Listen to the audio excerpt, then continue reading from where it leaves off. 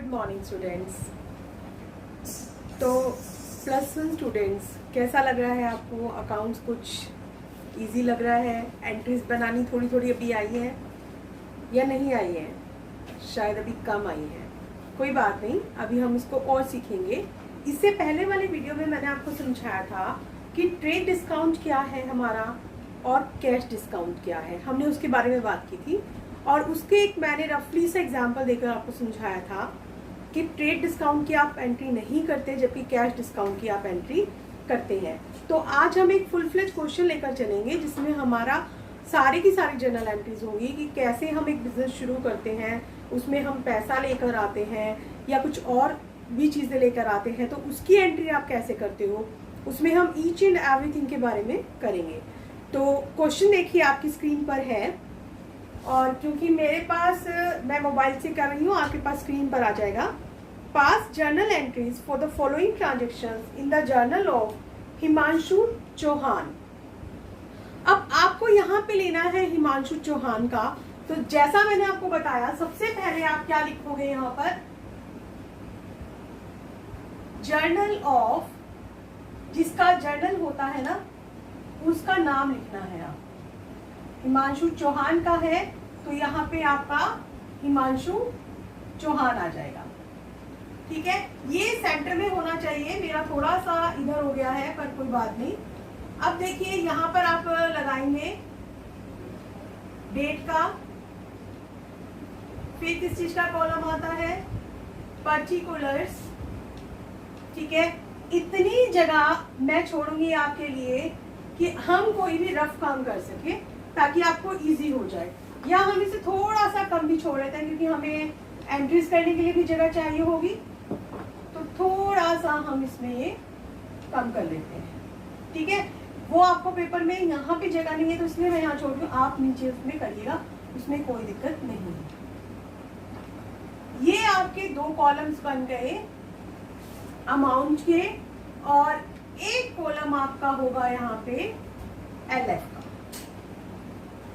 ठीक है, अब ये क्या हो गया? अमाउंट डेबिट,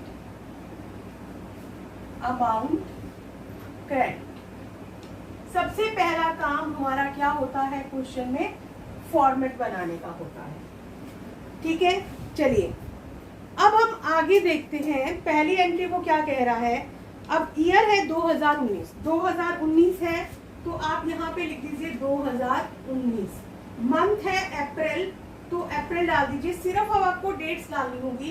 तो अप्रैल 1 को हमारी क्या एंट्री रहेगी उसको हम देखेंगे अभी यहाँ पर। चलिए, और पहली एंट्री है वो बोल रहा है Himanshu Chauhan started business with cash ₹1,50,000 and furniture 10,000 and goods ₹60,000। अब वो क्या बोल रहा है कि हिमांशु चौहान ने पैसा भी लगाया, फर्नीचर भी लगाया और साथ ही क्या लगाया? गुड्स भी लगाई है ना? सब कुछ लगाया है तो हमें एंट्री तो सबकी करनी पड़ेगी। अगर वो अब यहाँ पे जैसा मैंने आपको बताया था, कोई भी एंट्री करते हो 2 उसमें चीजें होती हैं, 2 अकाउंट कम से कम होंगे। अब ये सारा कुछ कैपिटल के नाम का है। ठीक है, चाहे कैश हो, चाहे फर्नीचर हो और फिर चाहे गुड्स हो, सबका सब किस चीज के लिए है? कैश के लिए, मतलब कैपिटल के लिए है। तो अब हम यहाँ पे देखेंगे कि हमारा यहाँ पे कौन सा रहेगा, कौन कौन से खाते अफेक्ट हो रहे हैं? कैश, फर्नीचर एंड तीसरा स्टोक। 3 चीजें वो लेकर आ रहा है यहाँ पे, है ना? और ये तो लेकर आ रहा है और आप इसके अब बिजनेस में पैसा लगा रहा है तो वो हमारी क्या बन गई? कैपिटल। ठीक है, तो मैंने आपको बताया था कि सबसे पहले कॉपी पे आपने क्या लिखने हैं? 3 रूल्स लिख लेने हैं, personal account, real account and nominal account. आप फिर दूसरा काम क्या करोगे? आप यहाँ से सर्च आउट करोगे कौन से खाते हैं ये तीनों खाते हमारे कौन से हैं? रियल अकाउंट के खाते हैं हमारे 300 तीनों ही। तो हम यहाँ पे क्या करेंगे? रियल अकाउंट का क्या रूल है? रियल अकाउंट कहता है हमें debit what comes in and credit what goes out. अब बिजनेस के पास क्या ये आया है? एग्जैक्टली बिजनेस के पास तो ये आया ही है ना। तो हम क्या करेंगे? एंट्री अब यहाँ पे हम कर देंगे कैश अकाउंट, जो भी चीज डेबिट करनी है वो इधर से लेनी है आपको और यहाँ तक जाएगी डेबिट। कितने रुपए से डेबिट है? ये है आपकी 1,50,000 से। साथ साथ उसको लिखिए, कॉमास डालिए ताकि आपकी गलतियां ना हो। फिर आपके पास और क्या है? फर्नीचर, फर्नीचर अकाउंट डेबिट, ये कितने से है? 10,000 से। ठीक है। थर्ड आइटम आपके पास क्या है? गुड्स है, स्टॉक जिसे हम लिखेंगे तो स्टॉक अकाउंट डेबिट कितने से है? ये 60,000 से। तो आप इसके पास यहाँ पे क्या डाल दोगे? 60,000। अब क्रेडिट क्या है? क्योंकि सारी की सारी आइटम ही कैपिटल के नाम से है तो यहाँ पे अब कैपिटल, क्योंकि डेबिट और क्रेडिट का टोटल जो है वो ऑलवेज इक्वल होता है, तीनों ही चीज कैपिटल के नाम की है, तो आप यहाँ पे क्या करोगे? 1,50,000 प्लस 10, 160 प्लस 60 कितना हो गया यहाँ पर? 2,20,000। ठीक है। तो इस तरीके से यहाँ हमारी एक एंट्री बन गई और हम इसको यहाँ पे फिर खत्म करके और एक लाइन लगानी है आप लोगों को सिर्फ और सिर्फ पर्टिकुलर्स के कॉलम में। ना वो अमाउंट में जाएगी, ना एलएफ में और ना ही डेट में जाएगी, कहीं नहीं जाएगी वो। सिर्फ कहाँ जाएगी? वो सिर्फ पर्टिकुलर्स के कॉलम में जाएगी। Is that clear? चलिए अब नेक्स्ट एंट्री की तरफ चलते हैं। उसने बोला है कि 4 तारीख को प्रताप को sold goods to Pratap of the list price of ₹20,000 at trade discount of 10%।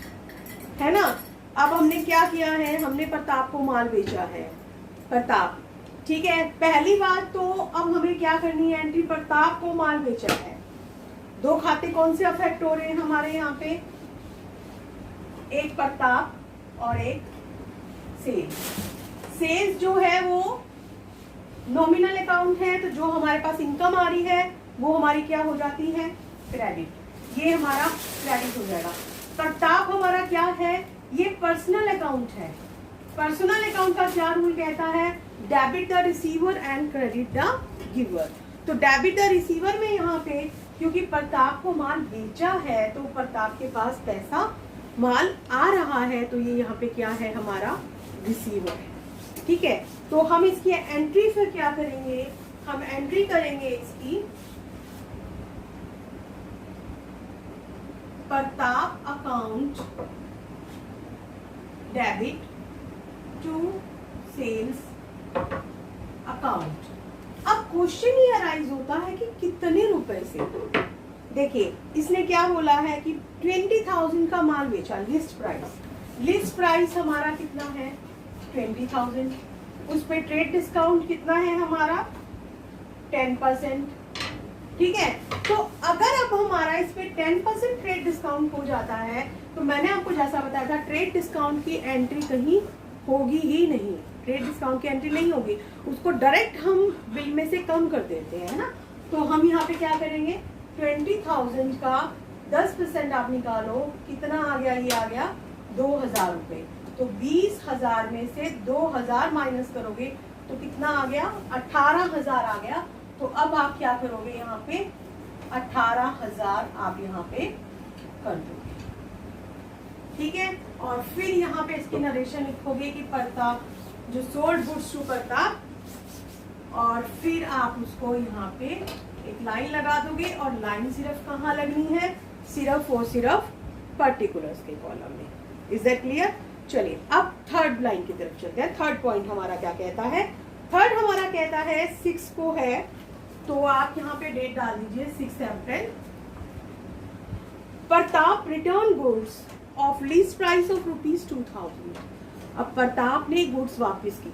जो प्रताप ने गुड्स वापस की है तो जब हमने उसको सेल किया था तो जो माल वापस आएगा वो हमारा क्या हो जाएगा? वो हमारी होंगी सेल्स रिटर्न।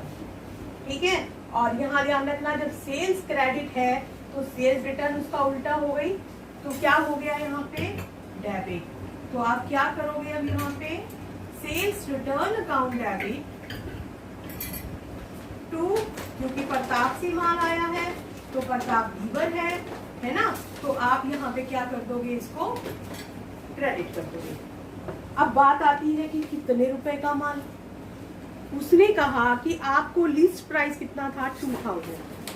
ठीक है, देखिए यहाँ पे जब आपने उसको माल बेचा था तो माल बेचते वक्त आपने क्या कहा था, उसको 10% ट्रेड डिस्काउंट दिया था, 2000 रुपए कम किए थे, मतलब 18,000 रुपए में माल बेचा था।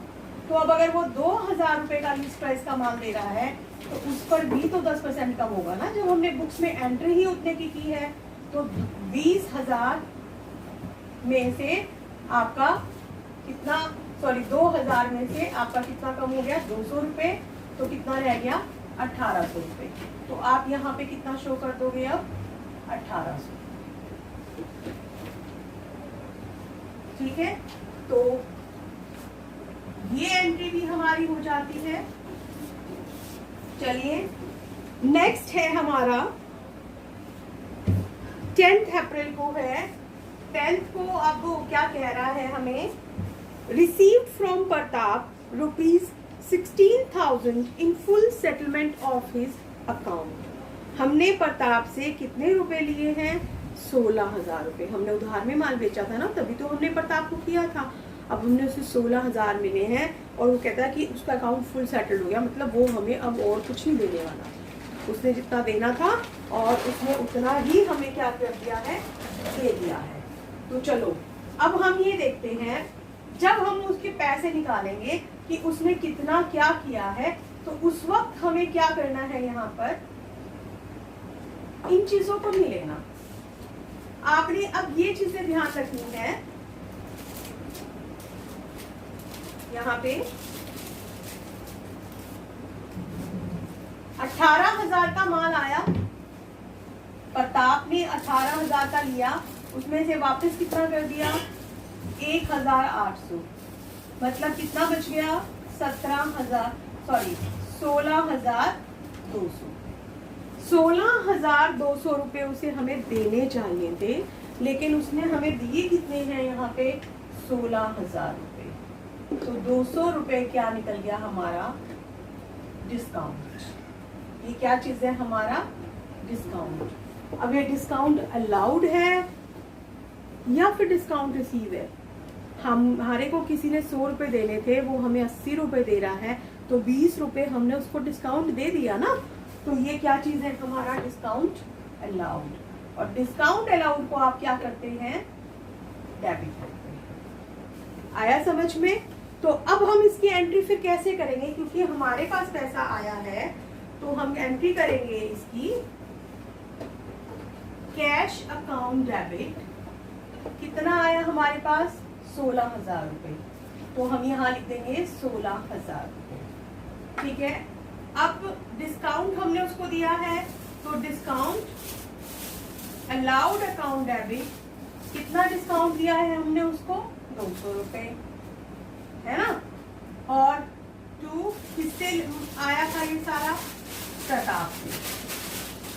ठीक है, प्रताप से आया तो हमने उसको उतना दे दिया, तो कितना आ गया उसके पास से हमारा, उसने तो अपना खाता कर दिया।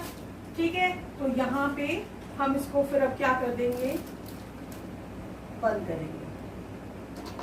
यहाँ आप इसकी नरेशन लिखोगे और फिर यहाँ पे आप इसको क्या कर दोगे, बंद कर दोगे। तो इस तरीके से यहाँ पे उसका क्या हो जाएगा, पूरा काम हो जाएगा। समझ आ गया आपको यहाँ पे कि ट्रेड डिस्काउंट था, उसको डायरेक्ट हमने लेस कर दिया, कहीं हमने उसकी बुक्स में एंट्रीज नहीं की है। ठीक है, और उसे उतना ही दिखाना है, उससे कम ज्यादा हमने नहीं दिखाना। और अगर हमें उससे भी कम रुपए मिल रहे हैं तो वो आपका क्या है, डिस्काउंट है। अगर हम डिस्काउंट दे रहे हैं तो वो डिस्काउंट अलाउड होगा। अगर हम डिस्काउंट उठा रहे हैं, फायदा उठा रहे हैं, दैट इज डिस्काउंट रिसीव। और डिस्काउंट एक जो चीज है वो नॉमिनल अकाउंट है, और नॉमिनल अकाउंट का रूल हमारा क्या कहता है, debit all expenses and losses and credit all income and gains, ये कहता है वो आपको। तो आपने फिर ये इसी तरीके से करना है। चलिए, अब हमारे पास यहाँ पे जगह की शॉर्टेज है। अब अगर हम इसी में आगे चलेंगे तो हमने इसको क्या करना है, यहाँ पे यहाँ पे हम कर देंगे इसको कैरी फॉरवर्ड।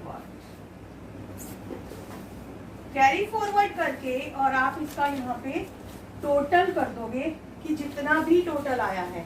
अब यहाँ अगर हम टोटल करते हैं, देखो अगर हम यहाँ इक्वल लिखते हैं ना तो हमें पेपर में दिक्कत नहीं होती है। 8 और 2 10, 8 और 1 9, 10 और 6 16, 2 और 1 3 और 1 4 और 1 5, 2,56,000 हो गया। इधर आप इसको डबल लाइन से क्लोज करोगे, इधर का भी देखिए 8 और 2 10, 8 और 1 9, 6 15 और 1 16, 5 और 1 6 7 6 13 14 15, 1 और 1 2, 2,56,000 इधर, 2,56,000 डबल लाइन से क्लोज कीजिए और फिर इस बॉक्स को आप कंप्लीटली जो है वो बंद कर दीजिए। तो मैं आज आपको सिर्फ ये जो है ना 4 एंट्रीज ही करवाऊंगी ताकि आपको अच्छे से क्लियर हो जाए। इस क्वेश्चन का बाकी बचा हुआ जो क्वेश्चन है वो हम अपना नेक्स्ट वीडियो में करेंगे। तो आज के लिए इतना ही।